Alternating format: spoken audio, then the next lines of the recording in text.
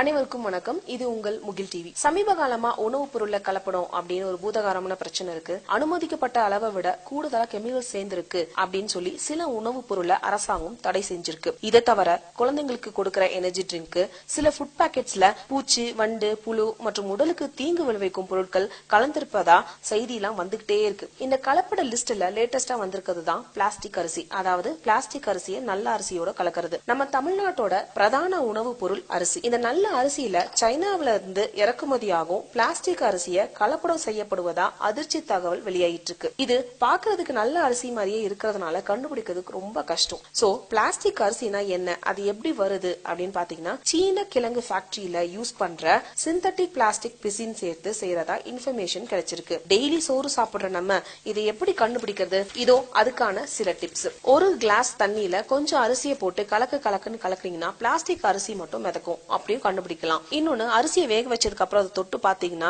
கையில ஒட்டவே ஒட்டாது. அதே மாதிரி வேக வைக்கும் போதும் பிளாஸ்டிக் உருகி ஒரு படலம் போல மிதக்குமா.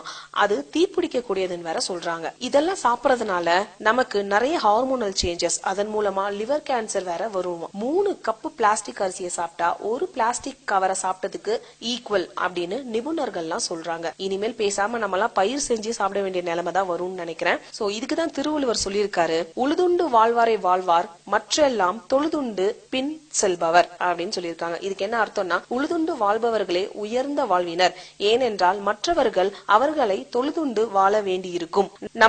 நம்ம விவசாயிக்கு தண்ணி கிடைச்சா என்ன, கிடைக்கலனா என்ன, மழை வந்தா என்ன, வரலனா என்ன, விவசாயி கடன் கொடுக்காம செத்தா என்ன, விவசாயி இடத்த ரியல் எஸ்டேட் காரங்க பிளாட் போட்டு வித்தா என்ன, விவசாயி யூஸ் பண்ற தண்ணிய ரசாயன கழிவு கலந்தா என்ன, இதற்கெல்லாம் போராடுற 4 பேரை ஜோக்கரா பார்த்த நமக்கு சாப்பிடறதுக்கு நல்ல அரிசியா கிடைக்கும்? கண்டிப்பா கிடைக்காது. விவசாயம் நல்லா இருந்தாதான் நாமும் நல்லா இருக்க முடியும், நாடும் நல்லா இருக்கும். அப்படிங்கிற ஒரு நல்ல கருத்தோட இந்த வீடியோவை முடிச்சுக்கிறோம். இந்த வீடியோ உங்களுக்கு பிடிச்சிருந்தா லைக் பண்ணுங்க, சப்ஸ்கிரைப் பண்ணுங்க, கமெண்ட் கொடுங்க. For more informative awesome videos, subscribe to Mugil TV.